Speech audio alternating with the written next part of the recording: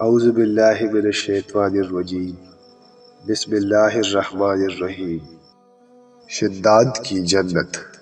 یہ قوم عاد کے مرسیالہ عاد بن اوس بن ارم بن سام بن نوح ہے۔ اس عاد کے بیٹوں میں شداد بھی ہے۔ یہ بڑی شان اور شوکت کا بادشاہ ہوا ہے۔ اس نے اپنے وقت میں تمام بادشاہوں کو اپنے جھنڈے کے نیچے جمع کر کے سب کو اپنا مطیع اور فرما بردار بنا لیا تھا۔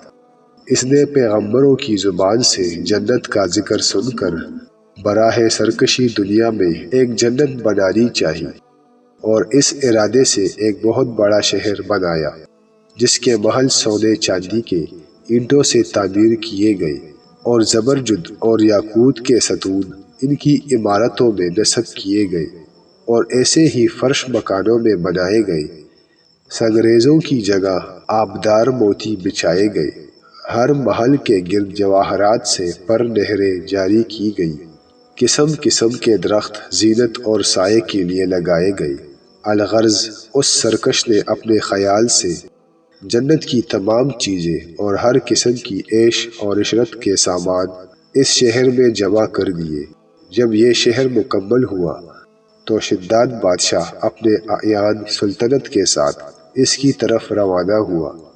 جب ایک منزل کا فاصلہ باقی رہ گیا تو آسمان سے ایک ہولناک آواز آئی جس سے اللہ تعالیٰ نے شداد اور اس کے تمام ساتھیوں کو ہلاک کر دیا اور وہ اپنی بنوائی ہوئی جنت کو دیکھ بھی نہ سکا۔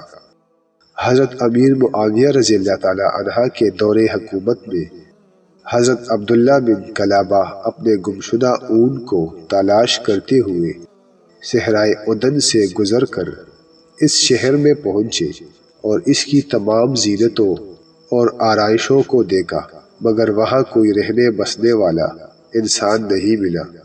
یہ توڑے سے جواہرات وہاں سے لے کر چلے آئے۔ جب یہ خبر حضرت امیر معاویہ رضی اللہ تعالیٰ عنہ کو معلوم ہوئی تو انہوں نے عبداللہ بن کلابہ کو بلا کر پورا حال دریافت کیا اور انہوں نے جو کچھ دیکھا تھا سب کچھ بیان کر دیا۔ پھر حضرت امیر معاویہ رضی اللہ تعالیٰ عنہ نے کعب احبار رضی اللہ تعالیٰ عنہ کو بلا کر دریافت کیا کہ کیا دنیا میں کوئی ایسا شہر موجود ہے؟ تو انہوں نے فرمایا کہ ہاں، جس کا ذکر قرآن مجید میں بھی آیا ہے۔ یہ شہر شداد بن عاد نے بنایا تھا، لیکن یہ سب عذاب الہی سے ہلاک ہوئے اور قوم میں سے کوئی ایک آدمی بھی باقی نہیں رہا۔ اور آپ کے زمانے میں ایک مسلمان جس کی آنکھیں نیلی، قد چھوٹا اور اس کے ابرو پر ایک تل ہوگا، اپنے اونٹ کو تلاش کرتے ہوئے اس ویران شہر میں داخل ہوگا۔ اتنے میں عبداللہ بن کلابہ آ گئے تو کعب احبار نے ان کو دیکھ کر فرمایا کہ بخود کہ وہ شخص جو شداد کی بنائی ہوئی جنت کو دیکھے گا وہ یہی شخص ہے۔ تفسیر خزائن العرفان۔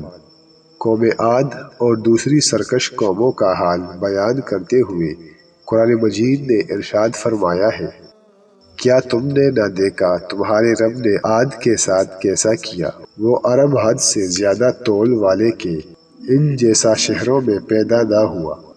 اور ثمود جنہوں نے وادی میں پتھر کی چٹانیں کاٹی اور فرعون کو چوبیخا کرتا سخت سزائیں دیتا، جنہوں نے شہروں میں سرکشی کی پھر ان میں بہت فساد پھیلا، یا تو ان پر تمہارے رب نے عذاب کا کوڑا بقوت مارا۔